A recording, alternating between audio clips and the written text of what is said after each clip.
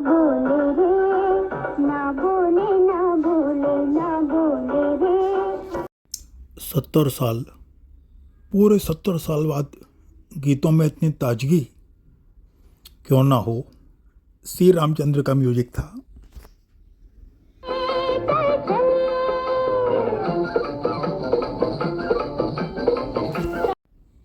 ये मधुर संगीत पहचानते हो आप? ये संगीत है फिल्म आज़ाद का, जो 1955 में रिलीज हुई थी। अब सोचें, पूरे 70 साल हो गए। फिल्म की लीडिंग हीरोइन थी मीना कुमारी और साथ में थे डैशिंग दिलीप कुमार।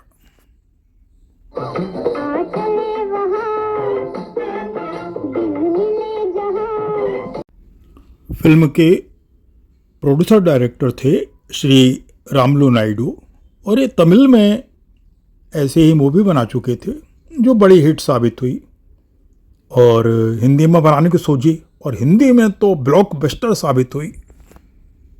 कितना हंसी है मौसम, कितना हंसी सफर है।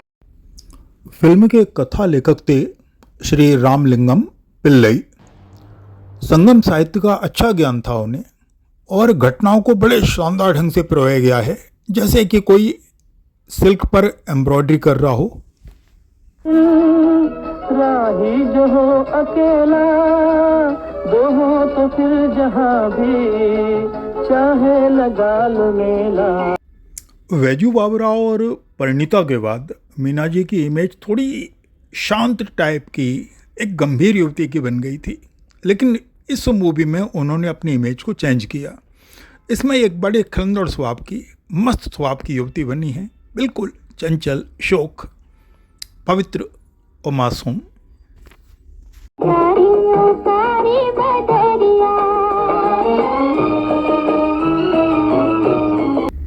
अब फिल्म की कहानी कुछ इस तरह की है कि बचपन में ही मीना जी के माँ बाप की डेथ हो जाती है और वो अपने अंकल के पास रहती हैं, और अंकल का बेटा भी बचपन में गुम हो जाता है, तो उनके पास भी जिंदगी का सहारा होता है मीना जी के रूप में। मीना जी बड़ी होती हैं, उनकी शादी की चिंता होती है, और एक अमीर आदमी उनसे प्यार भी करता है, लेकिन होता बड़ा शैतान है। लेकिन एक दिन मीना जी किडनैप हो जाती हैं।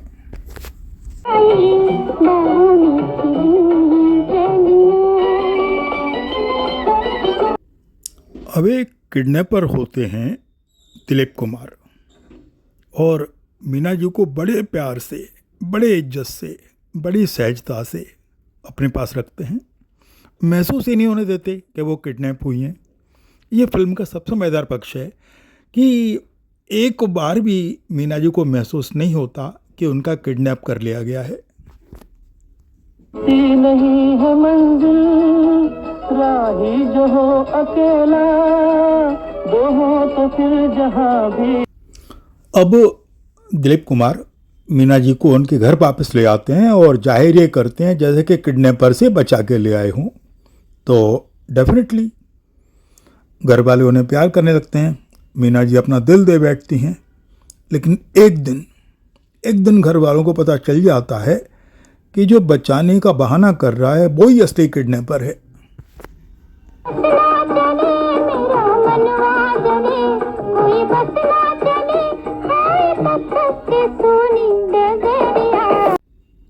अब मूवी में एक बड़ा रोमांटिक मोड़ आता है और मीना जी अपने किडनैपर को दिल दे बैठती हैं, और जब वो घर वालों पर अपनी मंशा जाहिर करती हैं कि वो घर वालों की पसंद से नहीं अपने किडनैपर से शादी करेंगी, तो फिर आप सोचिए 1955 में अगर लड़की ऐसी डिमांड करे तो क्या होता होगा।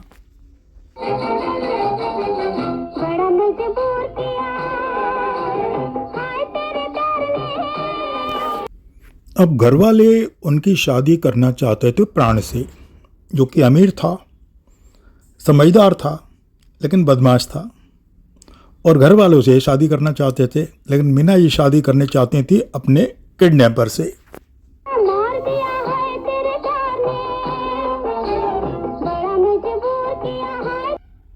अब जैसा कि एक आम हिंदुस्तानी माँ बाप की सोच होती है कि कौन है जो अपनी बेटी की शादी किडनैपर से करना चाहेगा, लेकिन अचानक किडनैपर की राज खुलता है कि एक्चुअल किडनैपर है कौन।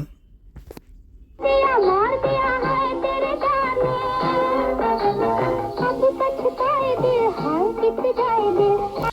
फिल्म का संगीत दिया था सी रामचंद्र ने, जिन्हें अन्ना साहब भी कहते थे।